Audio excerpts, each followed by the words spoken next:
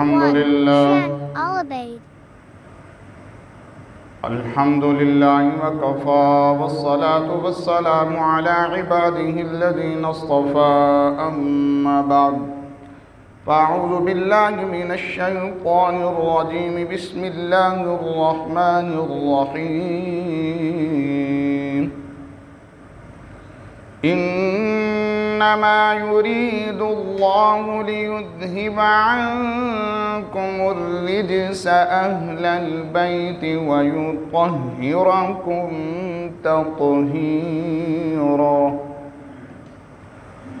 آمنت بالله صدق الله مولانا العظيم وصدق رسوله النبي الكريم الأمين الصلاة والسلام عليك يا سيدي يا رسول الله وعلى آلك وأصحابك يا سيدي يا حبيب الله لا يصلي وسلم دائما أبدا على حبيبك خير الخلق كلهم يا رب بالمصطفى بلغ مقاصدنا يا رب بالمصطفى بلغ مقاصدنا واغفر لنا ما مضى يا واسع الكرم بندہ تو گناہگار ہے تو رحمان ہے مولا بندے پہ کرم کرنا تیری شان ہے مولا کی محمد سے وفا تو نے تو ہم تیرے ہیں یہ جہاں چیز ہے کیا لہو قلم تیرے ہیں نہ یزید کی وہ جفا رہی نہ شمر کا وہ ستم رہا جو رہا تو نام حسین کا جسے زندہ رکھتی ہے کربلا اے کربلا کی خاک تو اس احسان کو نہ بھول لیٹی ہے تجھ پہ لاش جگر گوشۂ رسول افضل ہے کل جہاں میں گھرانہ حسین کا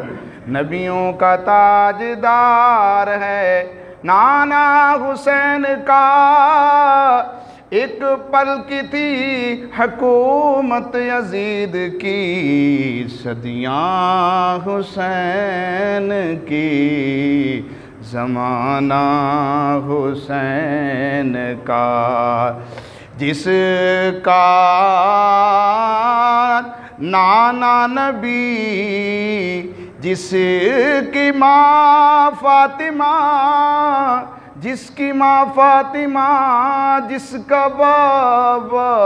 علی جس کا بابا علی اس کا بھائی حسن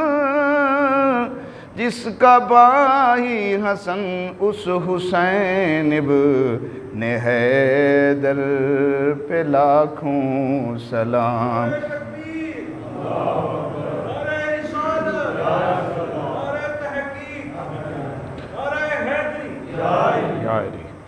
اس حسین ابن حیدر پہ لاکھوں سلام اللہ تبارک و تعالی جل شانہ کی حمد و ثنا حضور سرور کائنات والی دو جہاں حامی بے کساں سید سروراں حضرت محمد مصطفیٰ احمد مجتبیٰ صلی اللہ علیہ وسلم کی بارگاہ عالیہ میں نذرانہ محبت عرض کرنے کے بعد سامعین عظیم و تشم جیسا کہ آپ کے علم میں ہے کہ یہ وہ ماہ مکرم ہے جسے نبی پاک علیہ السلام نے جس کے روزوں کو رمضان کے بعد افضل روزے قرار دیا یہ وہ ماہ مکرم ہے جس کی پہلی تاریخ اسلامی قمری جو سال ہے اسلامی سال جس کا آغاز ہوتا ہے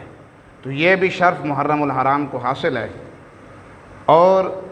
یکم محرم الحرام کو ہی یوم شہادت حضرت عمر فاروق رضی اللہ تعالیٰ عنہ منایا جاتا ہے اور پھر اس سے بڑی جو سعادت محرم الحرام کو جو نسبت حاصل ہے وہ نواسہ رسول حضرت امام علی مقام امام حسین علیہ السلام رضی اللہ تعالی عنہ کی شہادت و برکات کی وجہ سے بھی اس کو شرف حاصل ہے۔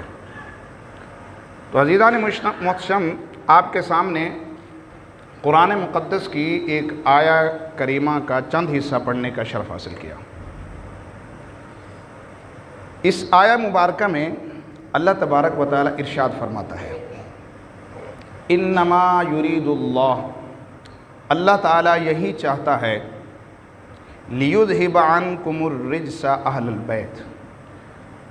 اے اہل بیت، اللہ تم سے ہر قسم کی ناپاکی کو دور فرما دے، وَيُطَهِّرَكُمْ تَطْهِيرًا، اور اللہ یہ بھی چاہتا ہے کہ تمہیں خوب صاف ستھرا کر دے، خوب پاک فرما دے۔ تو دوستو، یہ آیہ کریمہ کا ترجمہ سماعت کرنے کے بعد یہ آیت کریمہ اہل بیت کی شان میں نازل ہوئی ہے کہ بعض صحابہ کے نزدیک اور تابعین کے نزدیک اہل بیت سے مراد ازواج مطہرات ہیں، اور بعض صحابہ اور جو ہے تابعین کے نزدیک کہ اہل بیت سے مراد دونوں ہیں، یعنی پنجتن پاک اور ازواج مطہرات دونوں کو یہ آیت شامل ہے، اس سے مراد دونوں اہل بیت ہیں۔ تو دوستو، میں یہ بتانا چاہتا ہوں کہ اہل بیت سے جمہور کے نزدیک ازواج مطہرات اور اہل بیت دونوں مراد ہیں، مگر ان لوگوں کے لیے میسج ہے جو پنجتن پاک کو مانتے ہیں، اور ہم بھی مانتے ہیں۔ جو بھی پنجتن پاک کو ماننے والا ہے، وہ کسی بھی مذہب سے ہو، میسج ہے ان کے لیے۔ حضرت ابو سعید خدری رضی اللہ تعالیٰ عنہ اور حضرت انس بن مالک اور حضرت ام عائشہ صدیقہ اور حضرت ام سلمہ سلام اللہ علیہا کے روایات کے مطابق اس آیت جو اہل بیت سے مراد وہ پنجتن پاک ہے، یعنی امام حسن، امام حسین، حضرت علی المرتضیٰ اور حضرت ام فاطمہ الزہرا سلام اللہ علیہا و رضی اللہ تعالی عنہم، اور نبی پاک علیہ السلام کی ذات مبارکہ مراد ہے۔ اور ایک حدیث کے مطابق نبی پاک علیہ السلام نے ان شخصیات کو اپنی چادر کے نیچے جمع بھی فرمایا تھا اور میسج دیا تھا کہ یہ میرے اہل بیت ہیں، فرمایا تھا کہ لوگوں یہ میرے اہل بیت ہیں۔ مختلف احادیث مبارکہ سے پتہ چلتا ہے کہ ازواج کے متعلق بھی جب سوال کیا گیا تو نبی پاک سے فرمایا کہ وہ بھی میری اہل بیت میں ہیں۔ تو دوستو، میسج یہ دے رہا ہوں کہ وہ لوگ جو کہتے ہیں کہ مراد صرف ہی پنجتن پاک ہیں، تو اگر وہ پنجتن پاک کو مانتے ہیں جس نے یہ بتایا کہ اہل بیت سے مراد پنجتن پاک ہیں، ان کو کیوں نہیں مانتے؟ میسج یہ ہے،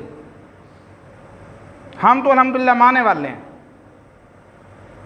میری مراد یہ ہے کہ ام عائشہ صدیقہ سلام اللہ علیہا سے جب یہ روایت موجود ہے کہ اہل بیت سے مراد پنجتن پاک ہیں، تو جب وہ پنجتن پاک کے ماننے کا دعویٰ کرتے ہیں تو جو میسج دے رہا ہے اس کو کیوں نہیں مانتے؟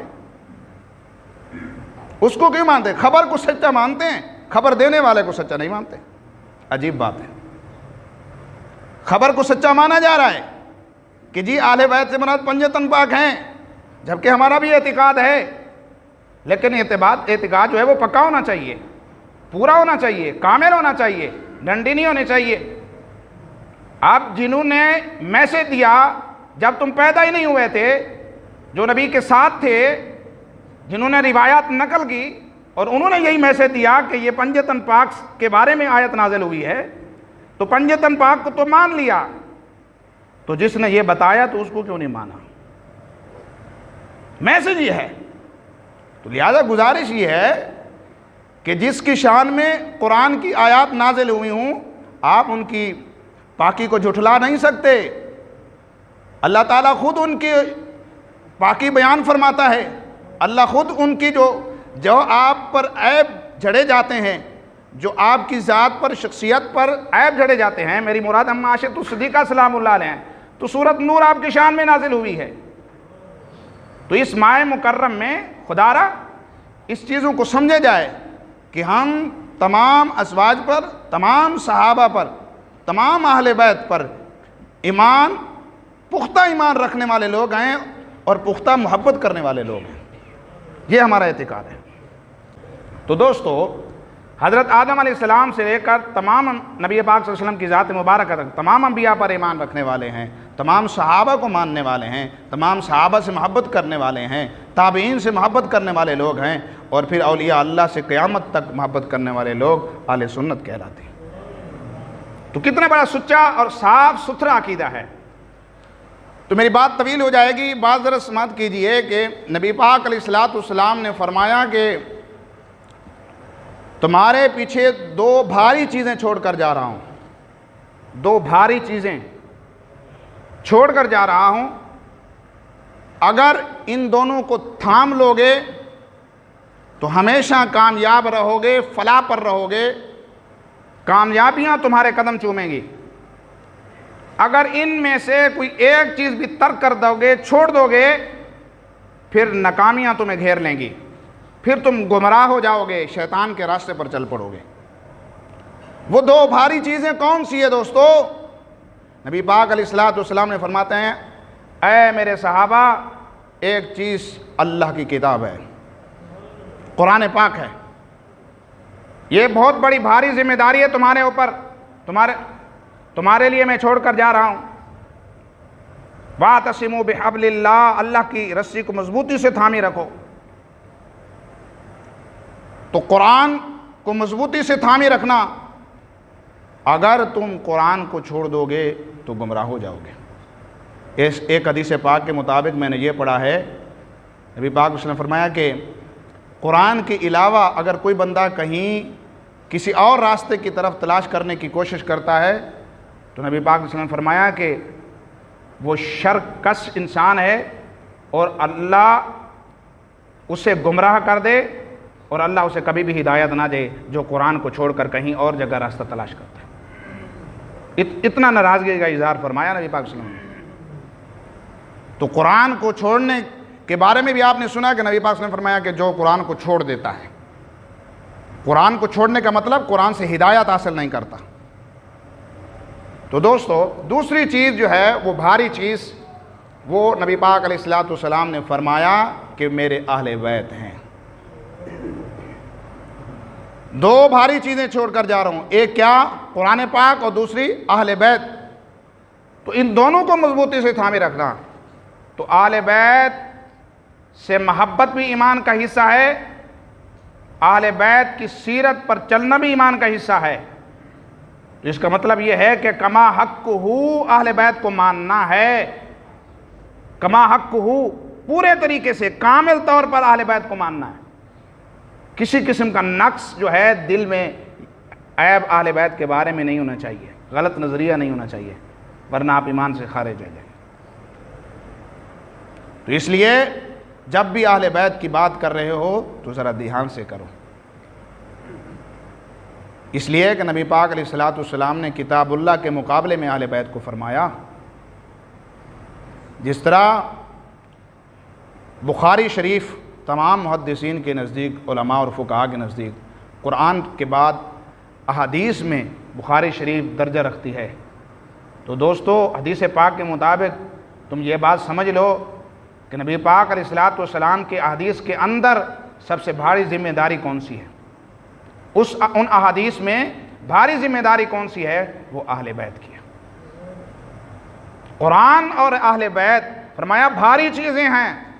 اس کا مطلب یہ ہے کہ جس طرح قرآن ہمارے لیے، قرآن کو سمجھنا اور ہدایت حاصل کرنا اور اس کے مطابق چلنا ہم پر لازم ہے، اسی طرح اہل بیت سے محبت، وفاداری اور ان کی سیرت پر چلنا بھی ہمارے لیے لازم ہے۔